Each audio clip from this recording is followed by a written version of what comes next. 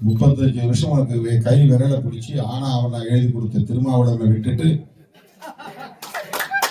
அம்பேத்கர் அரசியலை சொல்லிக் கொடுத்த திருமாவளவனை விட்டுவிட்டு ஒரு கட்சி எப்படி செயல்பட வேண்டும் என்று சொல்லிக் கொடுத்த திருமாவளவனை விட்டுவிட்டு திடீர்னு ஒருத்தர் சினிமாவில் ரொம்ப பாப்புலரா இருக்கிற ஒரு கட்சி ஆரம்பிச்சுட்டாரு.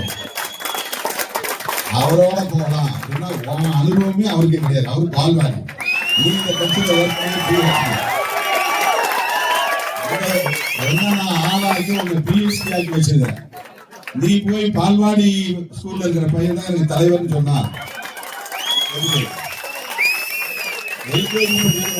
எனக்கு தலைவர் அப்படின்னா நீ இத்தனை வருஷம் பிஹெச்டி பண்ணதுல ஒன்றும் அர்த்தமே இல்லாம போகுது. டாக்டரேட் வாங்குறதுல அர்த்தமே இல்லாம போகுது. உனக்கு இருக்கிற அனுபவமே அவருக்கு கிடையாது.